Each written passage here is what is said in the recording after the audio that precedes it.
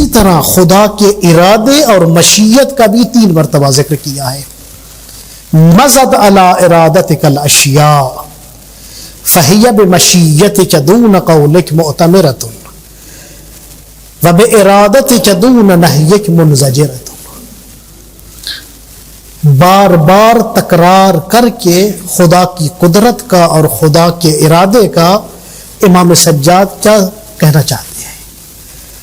اس بات کی طرف متوجہ کر رہے ہیں کہ کائنات میں سب کچھ خدا کی قدرت اور اس کے ارادے سے ہو رہا ہے، اور انسان کو متوجہ کر رہے ہیں کہ اس کی بارگاہ میں اسی کو ہی تکیہ گاہ اور مرکز قرار دے اور محور قرار دے. صرف خدا کی ذات ہو. قد نزل بی یا رب، جب بھی کوئی مشکل پیش آئے اپنے مالک حقیقی کو پکار. پہلے فقرے کی تشریح وقد نزل بی یا رب ما قد تکدعنی ثقلہ وعلم بی ما قد بہزنی حملہ. رب کا معنی کیا ہے؟ رب کا معنی ہے مالک، صاحب اختیار، کسی چیز کا مالک اور صاحب اختیار، جو اس کی تربیت اور اصلاح میں کردار ادا کرے. لذا رب بغیر قید و شرط کے صرف خدا کی ذات کے لیے اطلاق ہوتا ہے. رب بغیر قید و شرط کے، فقط اگر رب کہیں تو خدا کی ذات کے لیے اطلاق ہوتا ہے. ہم ہر شخص کو رب نہیں کہہ سکتے مگر اضافے کے ساتھ. اضافے کے ساتھ کیسے؟ جیسے رب الدار، گھر کا مالک. اسی طرح کسی شخص کو کہہ سکتے ہیں رب السفینہ، صاحب کشتی.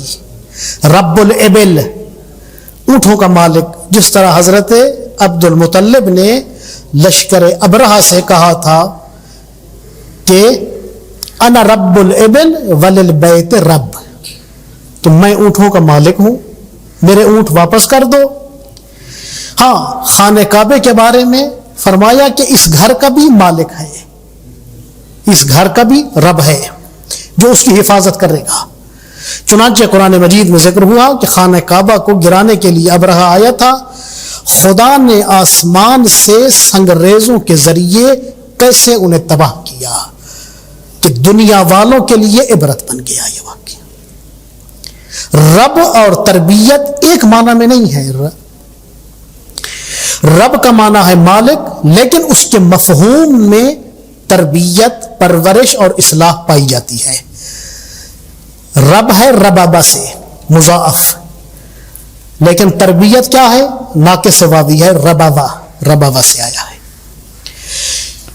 امام سجاد علیہ السلام اس مقام پر اپنی مشکلات کا ذکر کرتے ہوئے خدا کی بارگاہ میں اسے رب کے نام سے پکار رہے ہیں تاکہ رب کے مقام ربوبیت اور مربی ہونے سے مدد حاصل کرے اور اپنی مشکلات کو اس کے ذریعے حل کرے. خدا کا انسان کی تربیت تکوینی اور تشریعی میں کیا کردار ہے؟ انسان کی 2 طرح کی تربیت خدا نے کی ہے، ایک تکوینی پرورش اور تربیت، ایک تشریعی. تربیت تکوینی کسے کہتے ہیں؟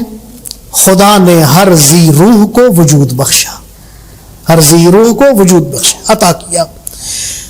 اسی طرح انسان کو بھی، انسان کو خون کے قطرے سے لے کر کامل انسانی شکل میں وجود میں لانے میں متعدد مراحل سے گزارا. یہ تربیت تکوینی ہے. ان تمام مراحل میں خدا کی ہدایت تکوینی شامل رہی ہے. 9 ماہ اس کی تربیت تکوینی ماں کے شکم میں رکھی، اس کی تربیت تکوینی شامل ہے. بچپنے سے لے کر نوجوانی تک یہی سلسلہ چلتا رہا تاکہ وہ ایک مضبوط انسان کی شکل میں ظاہر ہو گیا.